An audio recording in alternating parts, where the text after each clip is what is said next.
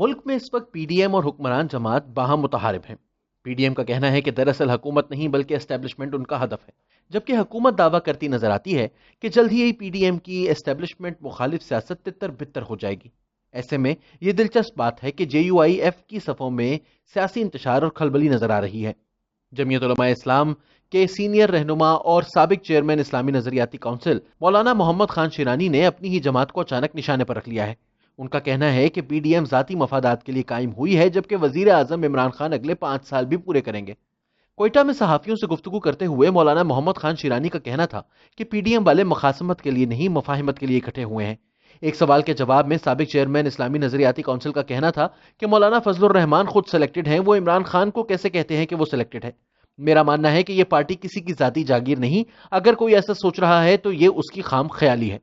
मौलाना मोहम्मद खान शिरानी का कहना था कि मैंने बहुत पहले कह दिया था कि इमरान खान अपने 5 साल मुकम्मल करेगा, आने वाले 5 साल भी इमरान खान के ही होंगे।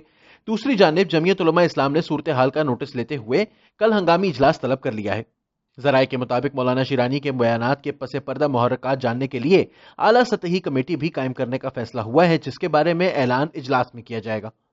ये पहला मौका नहीं कि जमीयत के अंदर से सीनियर सतह पर किसी ओहदेदार ने पीडीएम के इत्तेहाद या इसके सियासी मुतालबात से इख्तलाफ किया हो।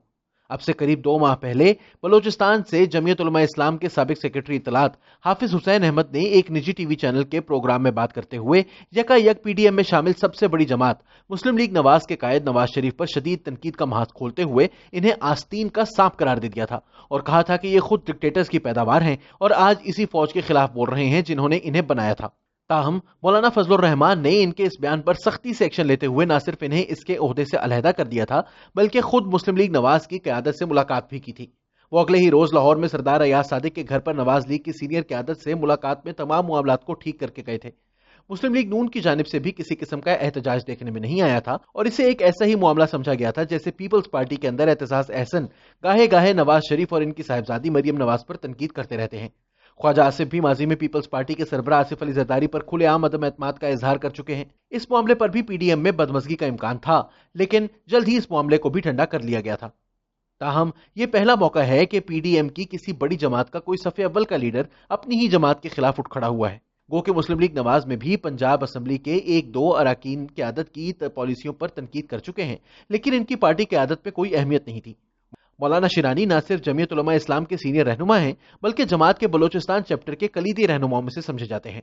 इनके इस वक्त मौलाना के खिलाफ महाज खोलने से कयास आराइयां बिल्कुल जायज़ हैं। इसमें 3 मामलात इंतहाई अहम हैं जिन पर नजर रखना जरूरी है।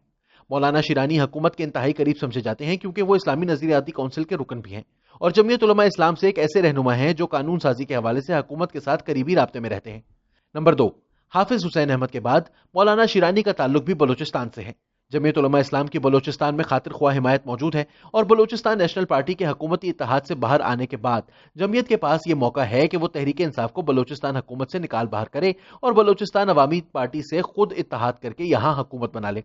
लिहाजा पार्टी की बलोचिस्तान की आदत के सामने सूबाई हुकूमत की पेशकश भी यकीनी मौजूद होगी।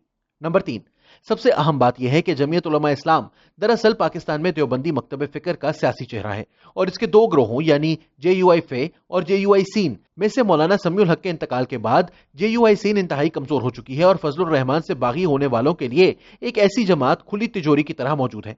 इससे पहले फजलुर रहमान ग्रुप में से दीगर कायदीन के बारे में भी जेयूआई सीन में जाने के हवाले से खदशात मौजूद रहे हैं। अब देखना यह होगा कि आया मौलाना अख्तर शिरानी के ये जुमले जमीयत उलमा इस्लाम फे में एक बड़ी बगावत का पेशखेमा साबित होते हैं या जैसे हाफिज हुसैन अहमद को दूध में से मक्खी की तरह ओहदे से अलहदा कर दिया गया था और कोई बयान तक सामने नहीं आया था, यह भी चाय की प्याली में तूफान ही साबित होता है।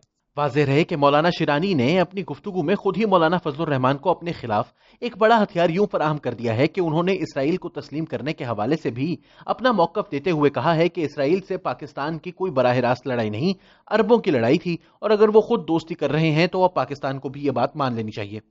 मौलाना पहले दिन से इमरान खान को यहूदी एजेंट कहते आए हैं। अब वो कह सकते हैं कि इमरान खान की हिमायत में बोलने वाला जमीयत का रुकन भी इसराइल की हिमायत में बोल रहा है। ताहम इनकी एक मजबूरी यह भी है कि मौलाना शिरानी अरबों के बहुत करीब समझे जाते हैं और ये इसराइल को तस्लीम करने के हक में बयान भी उन्होंने शायद यूं ही नहीं दे दिया होगा। کیا مولانا فضل الرحمان اپنی عمران خان کے خلاف جنگ میں اسرائیل کارڈ استعمال کرتے ہوئے عربوں کو ناراض کرنے کے متحمل ہو سکتے ہیں؟ یہ سوال جمعیت کے ساتھ ساتھ پی ڈی ایم اور حکومتی لڑائی کے تناظر میں اب ملک کی سیاست میں بھی ایک اہم سوال بن کر ابھر رہا ہے۔